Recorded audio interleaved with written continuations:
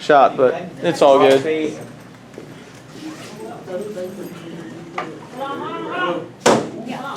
Where you begin? You begin on me. Wait. Next time, don't play with me, bro.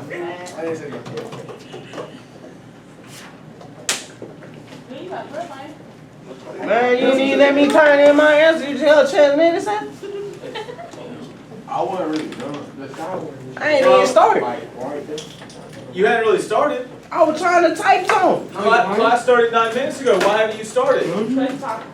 See what had You happened. busy staring off to the side? You busy chewing gum? You busy talking to people? Not doing what you're supposed to do? I got no time for that, man. It's time to learn. I really should have started this 4 minutes ago. Okay. Y'all, you gotta make decisions. Get in here and get to work. Like, what's the point of a bell ringer? Is to get started on some math, start thinking, and then to learn from our mistakes. So let's go over this. So when I look at this, and I need everyone's attention up here, because this hopefully will help you understand this better. Because I can go ahead and tell you my Algebra 2 students had a quiz Monday, Tuesday, something like that.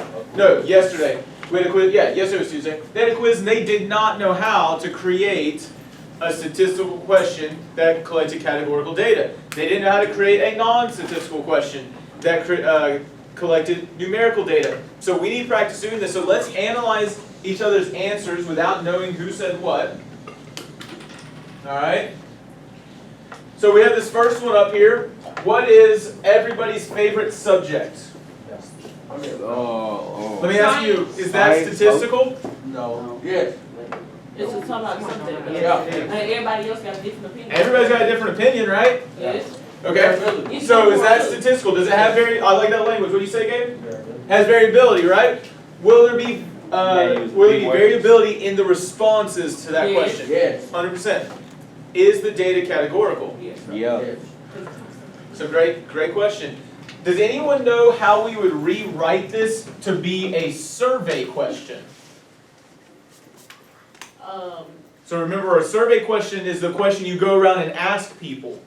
What do you think, Brooke? What subject is your favorite? What subject is your favorite, right? Overall, we're asking, hey, what is the favorite subject, right? But if we want to make it a survey question, then we would have to make it about you. Now, one quick thing, because this is something I've realized I've been doing, but I haven't been pushing on your understanding with. Who is everybody's? Everyone in the whole world? Yes, I mean, the whole I mean, it says everybody. It says everybody, right? But, really quick question, who wrote this one? You. I did not write this one. There's one of you wrote this. What is Terrence wrote it? No, I didn't.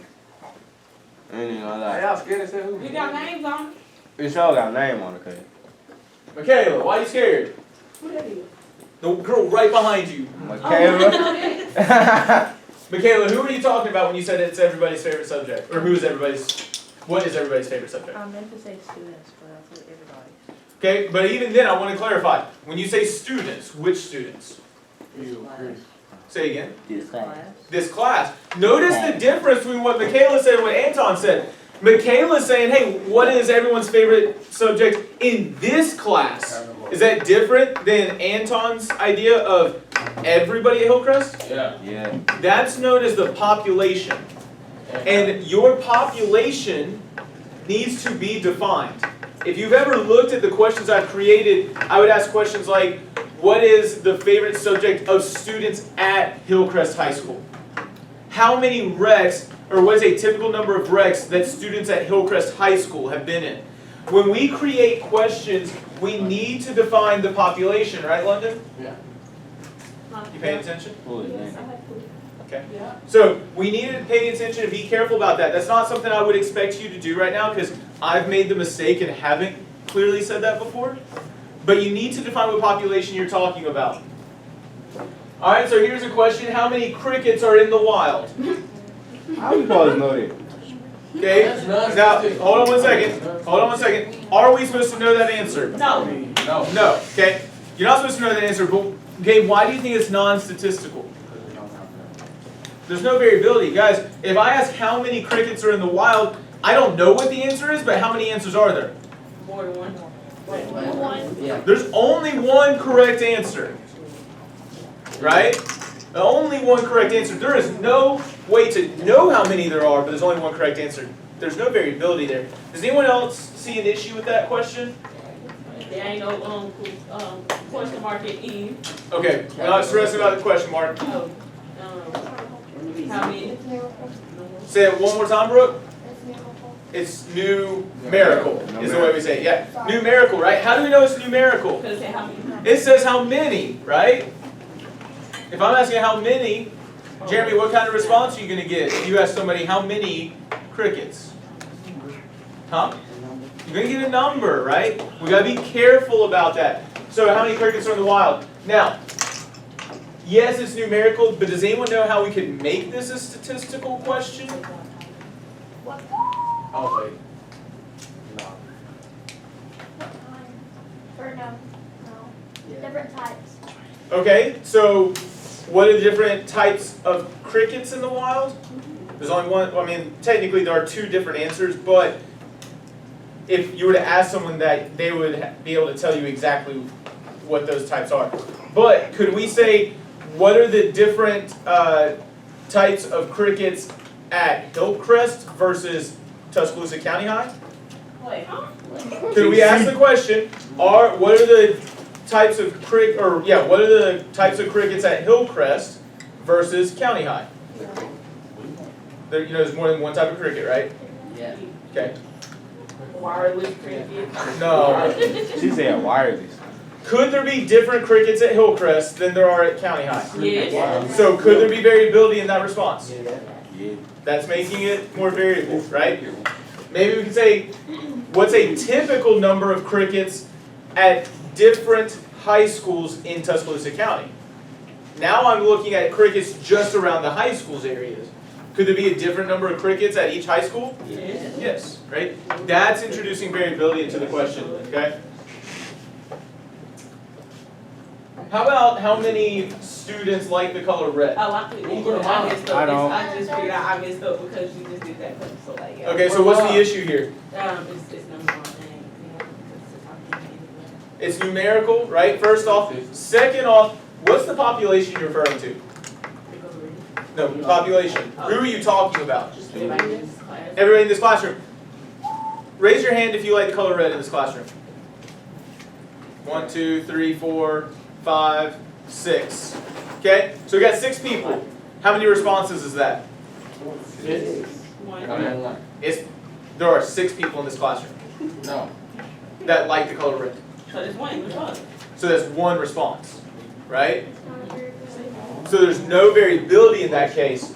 If you were to ask, what is a typical number of students who like the color red in every classroom? Could you have a different number of students who like red in here versus Coach Richie across the hall? Yes, right? Yeah. He's a coach, football coach. He also has a doctorate, I believe. He's Dr. Richie as well. Whatever you want to call him. Dr. Richie. Go to mine, go to mine, go to mine. What's yours? Right. Kid. That means Answer. now so you can find it. You know what it says? I can't see. Oh, yeah. Yeah, look. Okay. So here's a question. What states have most students lived in? I don't know. Okay. I've lived in Alabama and I've lived in Philadelphia. Not Philadelphia, Pennsylvania. That's the state. Philadelphia is the city. But I've lived in Alabama and Pennsylvania. I lived in Florida. You lived in Florida and Alabama. So what kind of responses are we giving? No. Categorical, right? There have been categories. Was there variability in our responses? Yes. I mean, I said Pennsylvania and Alabama. He said Alabama and Florida, right? So is that statistical? All right. Does this help us understand statistical versus non-statistical and categorical versus numerical? Yes. Okay? And please remember in the future, what do we need to include in the question that we don't have here very much? A question mark. That's not what I said. Oh. Yes, you should have a question mark, but there's a P word that we talked about. Parentheses. No, we never. That's not a P. Punctuation. No. Pop. Popcorn. Population. Oh. You need to indicate who you're talking about. Are you talking about students in this classroom? Are you talking about students at Hillcrest High School? Are you talking about any person at Hillcrest High School? No. Are you talking about the state of Alabama, right? These are things that we need to recognize, that we need to talk about different populations and recognize which populations we're looking at. So, define equivalent equations. Two different equations that I messed up on it. GE? What up, Big G? Does anyone know what they were trying to finish off there? Two different Who is that? I hope that ain't. equations that. Who is that? Okay, I'm not quite sure. Yeah, I don't know. Alright, so equations that, equation that is equal to another equation and can be flipped. I see. Equations that don't look the same but have the same solution. Let me quickly number these. 1, 2, 3, 4. 5, 6, 7, 8, 9. Alright, Noise. so equations that have the same solution, same equation, different answer. They look different but are the same. So let me ask this. Let's go to Terrence. Which of these statements do you think best defines or might best define an equivalent equation? I don't even know. My own voice. 3, Oh, that's me. equation that is equal to 4. another equation and can be flipped. He said 4. Oh, you think 4? So equations that don't look the same but have the same solution? Yeah, I think Raise your hand if you think that that's a pretty fair way to say equivalent equations. I got Kelsey, yeah. got Dee Dee, Josh. Alright, starting to see some more hands go up. I still think mine too. Okay, that's a pretty good answer. See, I'm A smart. pretty good one. I think 3. It is not the best one up here. I still think it's 3 though. It's 3 Yeah, too though. it is. It's also 3. Number 7, 3. What does number 7 say? equivalent equations, they are the same equation but different answers. That's actually the opposite of what we just said in 4. Yeah. This is saying that they don't look the same, but they do have the same solution. So is it 4 or is it 7? 4. 4, okay? There's one more up here that is actually a 3. little bit better. 3. Not Number 3. 8. No, hold on. What 9. 8 9. There's one a little bit better than 9. 6. 2. I will point out 5 basically is saying the same thing as 4, right? They have the same solution, although they might not look the same. What does number 8 say?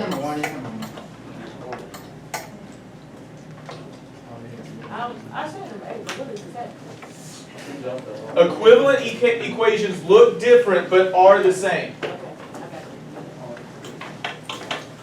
Does anyone recognize these equations? Yes. We did this yesterday, didn't we? M is equal to y plus 5, M minus 5 is equal to y. Let me ask you this. Since there are 2 variables, is there a single solution here? Yeah. No. There's 2 variables, right? There's lots of numbers that could make these equations true. For example, M could equal 11, and that would mean y is equal to 6. M could equal 18, that would mean y is 13, right? Notice there's lots of options here. So that is why I don't, so please hear me very clearly on this. Do equivalent equations have the same solution? Yes. However, it is closer to say that equivalent equations look different, but they are the same. These look different, but are they telling the same story? Yeah. Here I'm saying the middle child was 5 years older than the youngest. Is that the same thing as saying that the youngest child is 5 years less than the middle child? Yes. Yes. Is that the same thing as saying that they are 5 years apart? Yes. It is different wording, but so is it telling the same story? And that's what I need you to understand. An equivalent equation, it might look different, but it's effectively telling the same story. That's the point. Okay? Does someone want to say something at that point? I saw a hand up earlier. Yes, Matthew. Okay, so equivalent expression that says that looks different but are effectively the same. Correct. So And that's the same thing that we said with equations. It's just equations instead of expressions. So if you heard what Matthew just said, this is huge and important to notice. We defined equivalent expressions as expressions that look different but are effectively the same. Equivalent equations look different but they're effectively the same. Right? Okay? We're going to try to rush through this a little bit more. So what properties create equivalent equations? Someone up here actually gave me an example of what one of the properties is, but they didn't name it. Does anyone know what property is used if we say 3 plus 2 is equal to 2 plus 3? Rose? Say again. It is, I mean, we are adding, but that's not the property. What you got, Anton? Thank you. Notes are huge. You're going to use them later. I might go ahead and get lesson 6 out so that you can use it right now. Say it again. Commutative property. Okay. Right? The commutative property will create equivalent equations and expressions. Okay? I see addition, subtraction, multiplication, and division. If you combine that with something else up here that will be correct, is the addition, subtraction, multiplication, and division what? Brooke? Oh, sorry, hold on. No, she good. What you got? She saw multiple times today. Properties of inequality. Inequality? Equality. There we go. Notice if I combine this with my properties of equality, those will create equivalent equations. So I had it wrong. Okay? Notice, can I subtract 5 on the right hand side here? As long as I subtract 5 over here. And that's what gives me m minus 5. And what's 5 minus 5? 0. So m minus 5 is equal to y. Right? Those properties of equality create equivalent equations. And then the last one, which someone already said, was distributive. Okay? If you are the person who said, I forgot and can't find my notes, let me know and I'll try to get something for you. But also don't forget, if you go onto YouTube, and I've emailed y'all this a couple times now, you can find the videos that we are recording, like the one I'm doing right now. Whew, almost done. So what is the value of 2x cubed minus 4 times x plus 2 if x equals negative 2? We are all over the place. And 2, 4, 6, 7 of 26 students responded. It tells me we weren't doing our work like we were supposed to. I would. You just took it too I did it. So you got negative 20? Hold on, what's the number? Alright, so how did, yes ma'am? I messed up. You messed up? Okay, well, let's see what London did. She feels pretty good about this. No, I don't. I was just saying I put the wrong answer up there. Oh. I did too. Okay, so what did you redo, London? I see your work. What? I put it in the calculator first to put the answer before you submit it. So what did you do here? Just like on your desk? Can I help her? No. That's right. You can take a picture and put it in. No, talk me through it. What did you do first? 2 to the 3rd column. Okay, so 2 to the 3rd here. Yeah. Alright, who agrees with that? That we're supposed to do 2 to the 3rd? Ari, Gabe, Josh, Wait. No. Chelsea, I see a thumbs down. Why? That's negative 2. Hold on. Say again. Negative 2. Negative 2. Which one's it supposed to be? Oh, that No, I didn't do that. Be careful, right? Can we ignore that negative? No. Okay, so do I write it like this? Parentheses. I'll say it again. Parentheses. You gotta make sure you keep those parentheses in there. I'm more than happy for you to put it in the calculator, but make sure you put those parentheses in there. But also, please hear me very clearly. Write everything every time. It'll help prevent making mistakes. Notice how I'm continuing it. Minus 4, parentheses what? Negative 2 plus 2. Negative 2 plus 2. So what's the first thing I should do? Matthew, this is the only time you get to answer for this part. 2 times negative 2 squared. So what am I going to do first there? So we got multiply 2 and negative 2 to the 3rd power. Okay, That's gonna be possible. so I'm doing 2 times negative 2 is negative 4. No, you gotta do 2 times negative 2 to But you're telling me to do two different things. You're telling me to do multiplication and an exponent. Which one's first? The exponent. The exponent's first, right? Exponents are more powerful than multiplication. Now use a calculator, but what is negative 2 cubed? Negative. Negative 8, Oh, negative. right? Because that'd be negative 2 times negative 2 times negative 2. And what's negative 2 times negative 2? And then 4 times negative 2? Negative 8. Negative 8. All right. Can I do anything over here right away? Parentheses. Yes. Parentheses. So negative 2 Yeah. plus 2? 0. What's 2 times negative 8? 16. Negative 16. What's 4 times 0? 0. We're Wow. only one person got that right. I got a 0. We got that right. So did you subtract before you multiplied? See, I did it. I got So, negative 8, then I got. Please listen and remember, you've got to follow the order of operations, right? Technically, I might have actually added inside the parentheses first. Remember those parentheses group a weaker operation together first? Then I might have done my exponents, but notice I have to do this multiplication before I subtract, right? That's why I got negative 16 minus 0. Is that where you made your mistake, Kelsey? You've got to do that multiplication before you subtract. And it's okay to make mistakes, we just got to learn and grow. All right, let's get to today's lesson. Oh, wow. Mr. Kenny, why do you do this? Why do you make me work? All right. Y'all, for real, I need y'all to get in here. And I need y'all to ask questions, or get in here and start on those questions more quickly, okay? So, what? Questions on the homework? Yep, you mean tomorrow? What time? Okay, it's only lesson 6. Now, really quickly, I want to point this out. The homework that y'all have due tomorrow is based on lesson 6. So, can you use your lesson 6 notes to help you on the homework? Okay, there could still be some questions, which is why you'll have time to ask questions today. But yes, you can and should use your notes. That's why you have them. They help you study, they help you learn. Alright.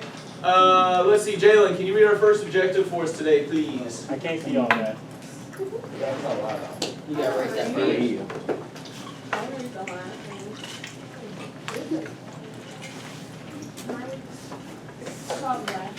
There you go.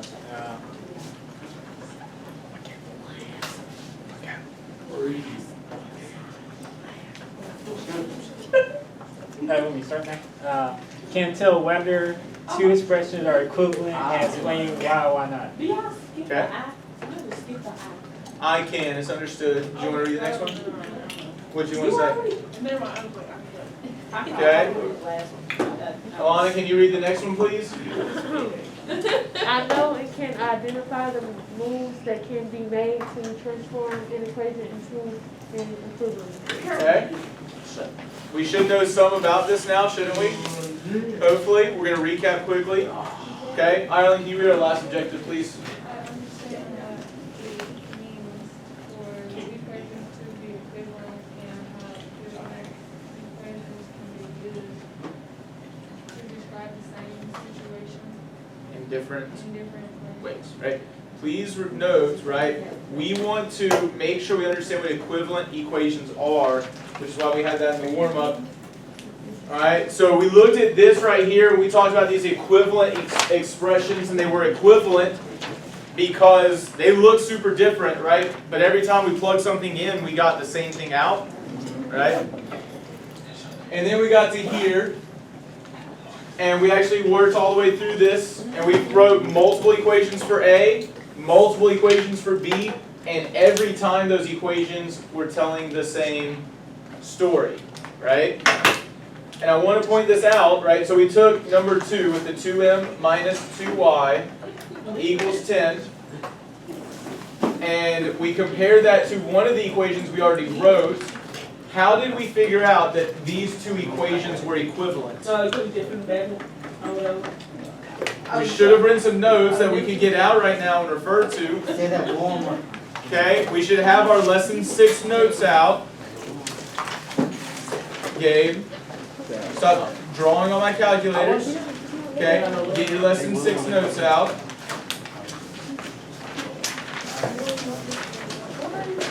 If you looking up stuff, you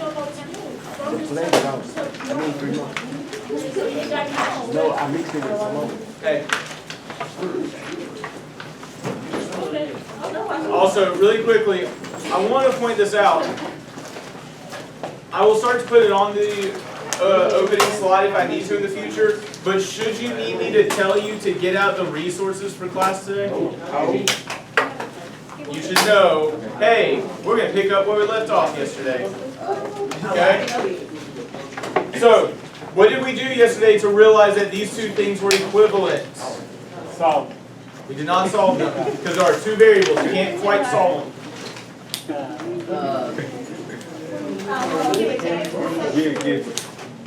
We didn't substitute anything. Oh, you put 2 in front. Say, hey, I need everyone to stop and listen. Amari, face up here. Jalen, what did you just say? Instead of put 2 in front of it and put everything in parentheses. Wait, so when you say, so like, you put a 2 right here and put parentheses on it? Yeah. No, I said everything. Okay. So not just here? No, I said everything. Tyson. Anton. There's a bunch of small ones over there. Go get one. Okay, so I multiplied by 2 on the left-hand side. Was that all I had to do? No, on the right hand side. And also on the right-hand side? Hey, what property can I now use? Distributive. What is 2 times m? 2, man. 2 times negative y. Hey, are those exactly the same? Okay. Brandon, what property did we just use to multiply by 2 here and by 2 here? We ended up using distributive here. That's a great note. Put those hands down. But what property allowed me to multiply by 2 on the left-hand side and on the right-hand side at the same time? Not sure? We talked about this in the bell ringer. If you're not sure about this, you might need to write this down so you can pay attention to this later. Claire, do you know what property we used here?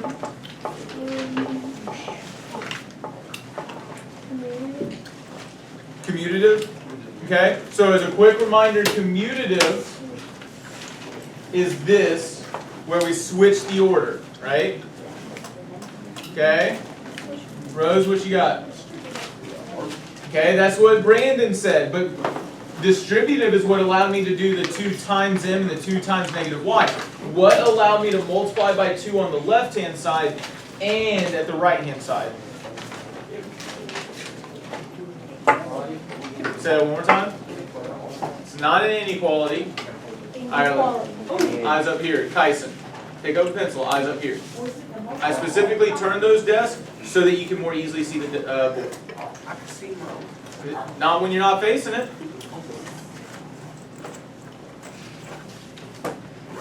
If we didn't write this down, we definitely need to write this down. What do you think it is, Dee Dee? Multiplication, division, addition, subtraction, property.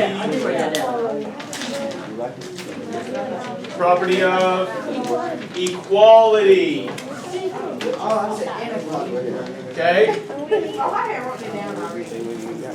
Then why were we not able to pick that information? You should already have this written down. These are properties of equality. Specifically, which one did we use? Which property of equality? We multiplied on both sides of the equation. It's known as the multiplication property of equality. Those properties of equality are the #1 way to create equivalent equations. Yeah, you should have, which is why I kept asking it. You should have been able to find it in your notes. I know, that's why I said the multiplication, division, addition, subtraction, what, and we got everyone else to join in on property equality. Island, are you getting distracted by that group? Do I need to move you from that group so you're not as distracted? Yes. Okay, but you need to pay attention up here. Eyes need to be on the board. Alright. And then we finally got here to number 3. And we asked the question, are any of these equations equivalent to one another? This question right here is the number one thing that you should be using on your homework. I don't know it. How do we show that this equation and this equation are equivalent? I know that one. 3 times. Variable. But you agree with variable, but it's true. So, one thing we noted was all 4 have the same solution, Yeah. okay? But if that's all you wrote down, you messed up. Is there anything else that we could do here to show that it is equivalent to this one? 3 and 3. Solve it.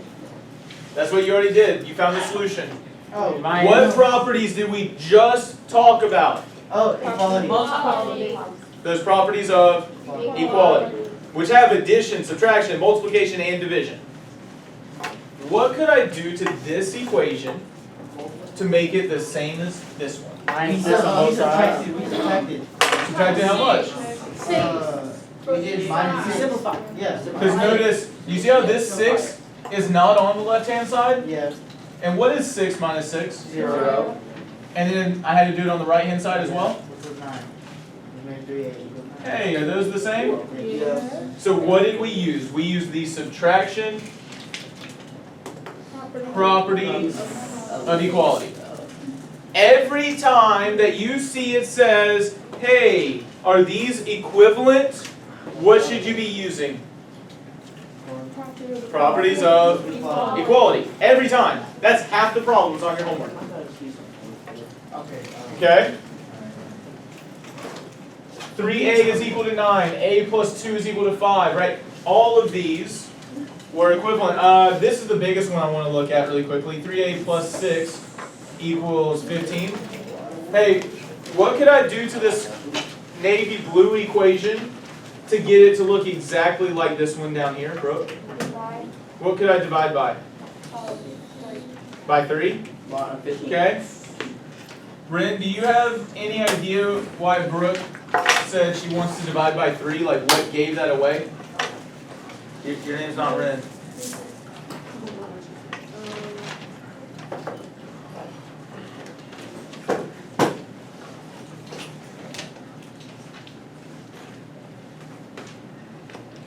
Okay, I'm going to give you a hint. Look at the blue equation and look at this equation. What might be the reason that Brooke wanted to divide by 3? Okay, so the 15 maybe? Okay, because what is 15 divided by 3? Need to use a calculator. There we go, 5, right? So is Brooke giving us the correct right-hand side? Yep. Huh.